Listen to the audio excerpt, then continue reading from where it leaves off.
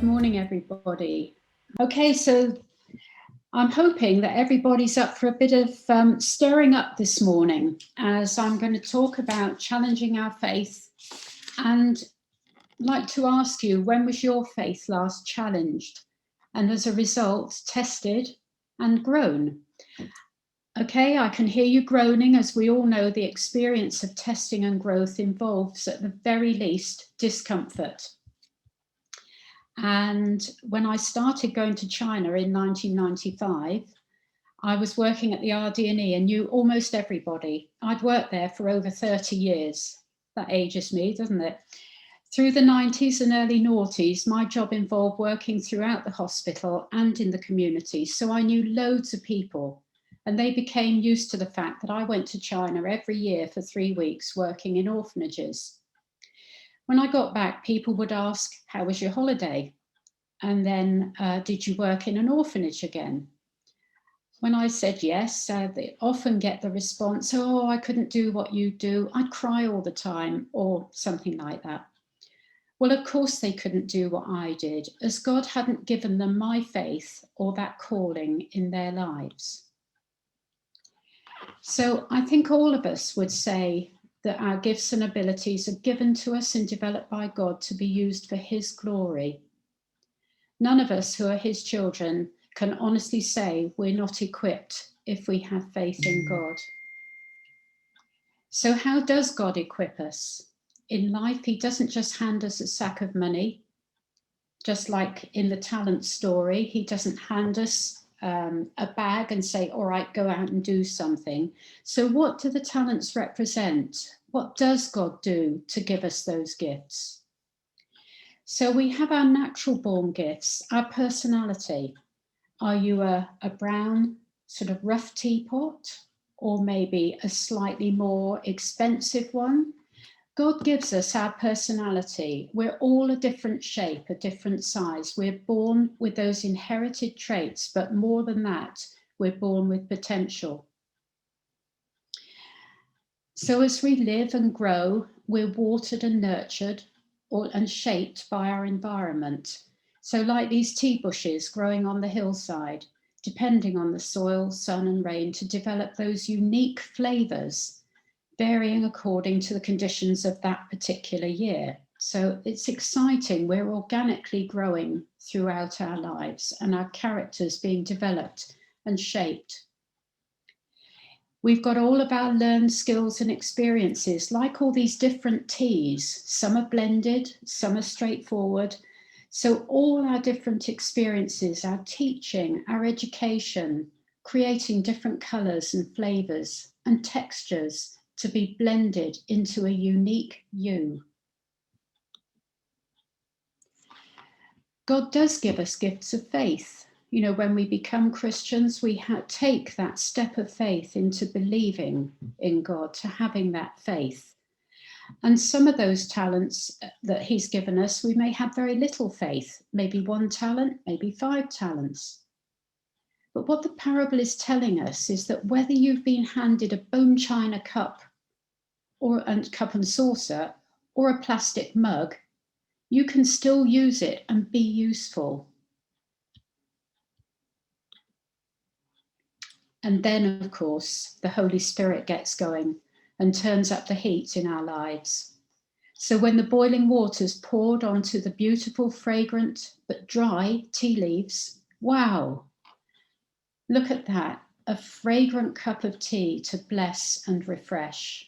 I'm sorry for those of you who are coffee drinkers, but just go with the analogy for now. So the Holy Spirit is pouring out that heat, but He's transforming those dry leaves and releasing the potential in us. But God doesn't leave it there. We go on to develop and learn to use the gifts of the Holy Spirit. So on top of having the Holy Spirit Himself, the result then is the gifts that He gives us. So wisdom, knowledge, faith, healing, miracles, prophecy, discernment, speaking in tongues, interpretation of tongues, leadership, teaching, and so on. So like that very complicated Chinese tea set there, all the little facets that God is offering to us to make up this wonderful, unique cup of tea to bless the world. Okay, I find this very challenging, a powerful statement in James 2, verse 17. In the Passion Translation, he says, faith that doesn't involve action is phony. So we can say we believe, but if we're not doing something with that faith, it's not worth anything. What do we do with our faith, gifts, and talents? Well, he says, action is a result of having faith. And in turn, when we get into action, our faith is increased. We get more. So just like the talents, when we use them, we get more. Test it out. I challenge you, for those of you who have not felt able to take that first step, test it out. We're encouraged in Matthew 6:33. This is from the Message. Steep your life in God reality, God initiative, God provisions. Don't worry about missing out, so don't worry about not quite getting there. You'll find your everyday human concerns are met. So what they're talking about is, as we focus on God and believe in his promises and his provision, we're totally inadequate without that belief, and he will come through for us. So just deviating slightly now, I want to ask you, there's been a lot of talk in this last year about heroes in the NHS and so on, and there've been some great superhero movies around for quite a while now, these comic book heroes in particular. And I just wonder whether you'd like to write in the chat something about who are your favourite superheroes. Come on, kids, let's hear from you as well. So they're starting to come in. We've got the Hulk. We've got loads. Wonder Woman, the Hulk, Wonder Woman, Spider-Man. Oh, yeah. Superman, Utopia. I don't know Utopia. Oh. Daniel says Spider-Man as well. We've got a Batman. Richmond is Cheryl's superhero because the superpower is washing up. Wonderful. Super washer up. You can use those powers here, Richmond, anytime. McCutcheons have got Spider-Man and Captain America. Oh, yeah. Oh, coming from the Cummings family, Wanda. Yes, Wanda from the Marvel superhero Wanda. She's very cool. What else have we got? Weber family. Batman isn't super. He's just rich and clever. Oh, okay. All right. He's quite strong as well, and he can throw a few fists. What else have we got? I think I mentioned the Hulk. Yeah. I think that's it. That's all of them that have come through so far, Lynn. Thanks, Rich. That's brilliant. Yeah. So you'll be pleased to know, those of you who voted for one of these three, they came out, they voted the top three out of an international poll of superheroes. So we've got Superman, Batman, and Spider-Man. Must go back and watch those films again. But though these people are inspirational, they're not real people doing real things. And heroes are admired for their deeds and their qualities, often including courage, determination, bravery, moral integrity, so things that they've done and the qualities of their that they have within themselves. So just another opportunity for you all now, just to pause for a moment and think about a real life person, maybe a biblical person or not, live or dead. Who inspires you? And why does this person inspire you? You may not have much time today to think about that, but it may be, what is the quality or what has this person done which really resonates within you? What's that achievement? So again, just maybe a few of you to write something in the chat there for Rich to read out.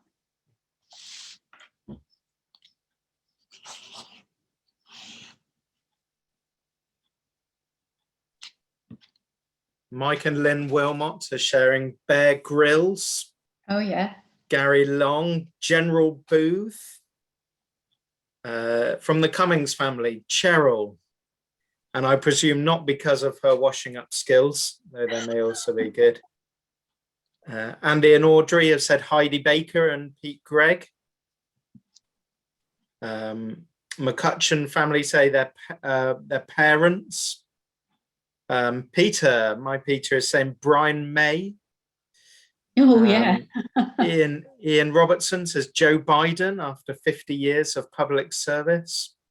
Cheryl and Richmond, Billy Bray. Got somebody else on their iPhone, Adrian Plass. Oh, Katie yeah. Marshall says Jesse Duplantis. I can see Jesus in him. Wow. We've got Chris Halls has put Jackie Pullinger.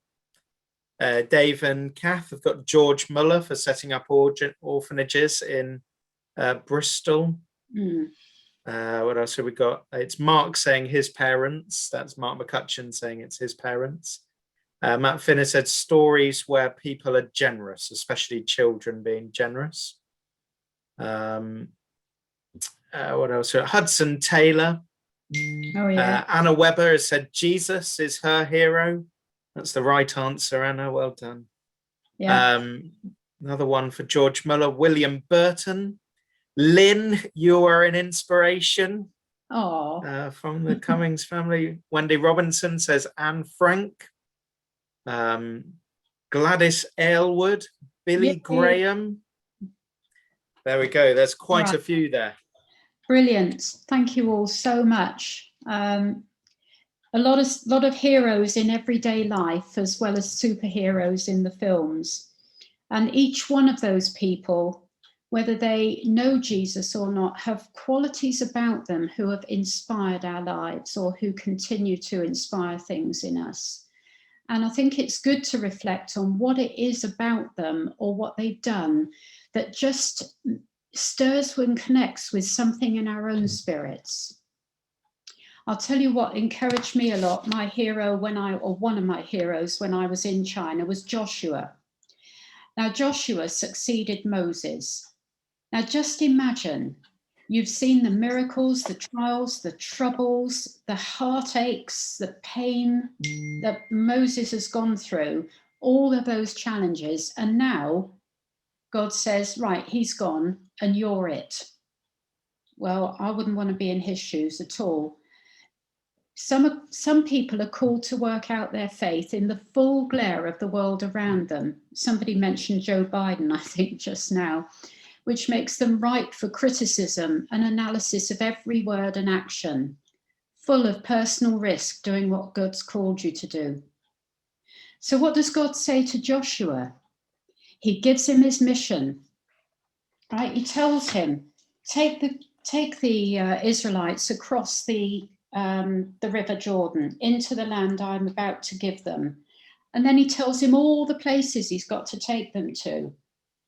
But then he says, don't worry, as I was with Moses, so I will be with you. This promise gave me so much encouragement in the difficult times. He would never leave him or forsake him. But then he also commanded him 3 times, he must have known how Joshua was feeling, to be strong and courageous. Be strong and courageous. Follow my commands. Be strong and very courageous. And you think, oh my goodness, what is he going to face? But God knew what he needed. Don't be terrified. Don't be discouraged, because I will be with you. And I wonder how many times Joshua had to go back to God's promises to him as he carried on working out that mission. So I'm going to ask Alan now, one of my heroes of faith, to tell you something about his story and how God increased his faith. Over to you, Alan. So using the cup of tea analogy, I started with a cracked teapot and had a little tea, milk and sugar. I had a very disrupted childhood, dyslexia, resulting in poor education and little self-confidence. So by the time I was a teenager, I was pretty lost. living in a children's home in Dawlish. I met Norman Alford through the youth club, and I was saved, and I began my journey of faith. At the age of 16, I was fostered by a couple, and through their support, I joined the army and began to gain skills and confidence and do a lot more. I gained qualifications and experience in catering, hospitality, teaching, and I even learned later Spanish and Chinese.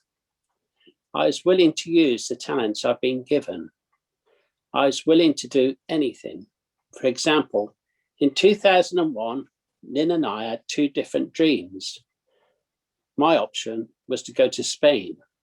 I'd been offered a job at a college in beautiful Marbella, and the other option was to go and live in China. So we went on our annual 3-week trip to China, and in Hong Kong, we split. I went on one team and Lynn went on another for 2 weeks with no communication. We agreed when we came back to Hong Kong, we would have expected God would have given us the same vision.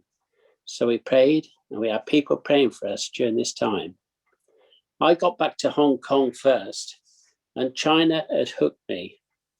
So when I met Lynn, as she struggled back up the hill to the hostel, I met her, and we were one. We would go to China and care for abandoned children in orphanages.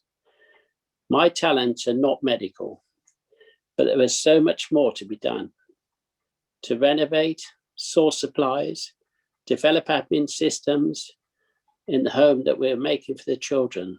So I have plenty to do, and everything took so much time and effort. For example, in those days, nipping off to B&Q wasn't an option. Everything was foreign, and I was an alien. So faith came from doing everything, from buying a live chicken to buying the right size screws that didn't melt like butter when you put them in the wall. So one day, the lino I had ordered was delivered. Two fellas struggled up the stairs to chuck it down on the floor. It was extremely heavy, and I needed to move it. And then I needed to clear the area. And I was working all-female environment in the home. So I was there with the lino, looking at it, thinking, what am I going to do? And then the doorbell rang, and a Chinese angel sent from God came. He came to help, and he said he would help in any way he could. I explained what needed to be done. He worked all day, asking for nothing in return. And after, I never saw him again. You can imagine how this increased my faith in God, in God's provision for us. Thank you, Alan. Yeah, I remember that well. It was very moving, and absolutely out of the blue, this guy arrived. This is a picture of the corridor that Alan was trying to create for the children. These children had limited ability to go outside and experience the world, and most of them could only lie looking upwards. So he created this underwater sea world in the corridor. So all of these bits hanging down, and then the floor, I haven't got a photo of the finished floor, I'm afraid, but the floor was blue, so that you created this lovely place for the children to go down, and God provided the help that Alan needed. So going back to the parable, what is it saying to us? I believe it's saying it's my responsibility to use what God has given me in the measure it's been given. So however little or however much, we're called to use it, and God expects us to use it according to the abilities that he's worked into me this far in my life. This is the outworking of our Great Commission. This is my personal outworking using what God has given me. So only you can do it in the way God has prepared you to outwork your calling, your commission. When I was reading Matthew and the story of the parables, I noticed that it was immediately followed by the parable of the sheep and the goats. So God tells us how and where he wants us to use our gifts. So he doesn't just give us those gifts. He tells us what his focus is. He shares his heart with us. Go to those in need, the hungry, the poor, the thirsty, the strangers and aliens, the naked, those who haven't got clothes, the prisoners, the sick, widows and orphans. So the focus of his heart. So you can see there maybe a picture of a prisoner and a welcoming for refugees, and like the homework club that's about to be started, God's heart is there with those in need. We're also called to account. How are you working out your commission to reach the world? Let's pause for a moment quietly, just for a minute, to reflect and allow God to drop his words into our hearts. And Julian will just play some music to help us as we reflect maybe on some of these questions. Okay, Julian, thank you.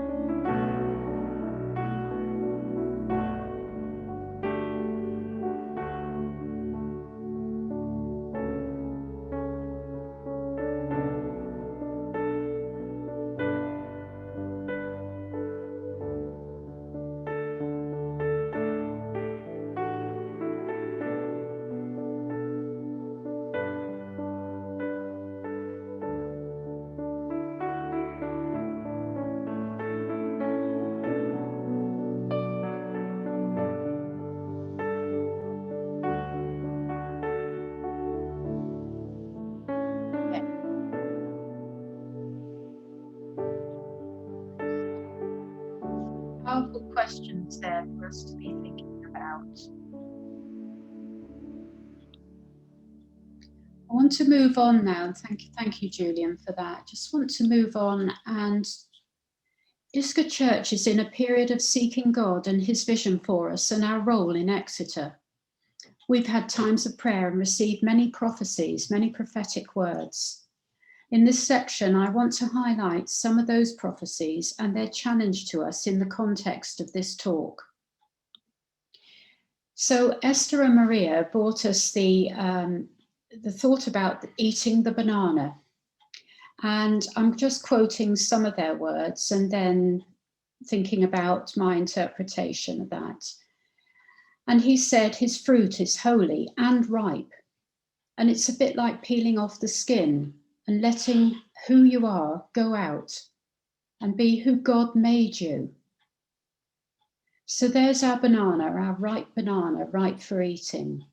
But do you feel that your skin, is it your skin constraining you? What is it that's not letting you come out? Maybe you don't feel ripe enough. Maybe you don't feel confident enough to come out of your skin.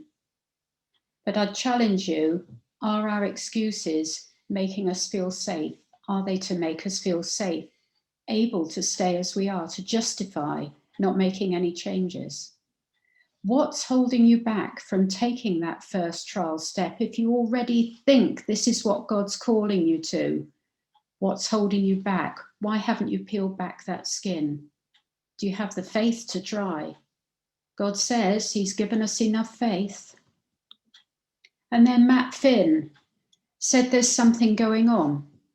The cutting his mother had given him looked like a dead twig, but actually something was happening and it started to bud and do something new. So what looked as if it was dead, as if nothing was happening, God was making preparations. And we're given eyes to see what's around us, spiritualize, to discern what God's doing. If you don't feel you have that discernment, ask somebody to help Discuss your vision. Discuss what you think should be happening and isn't happening. What's going on?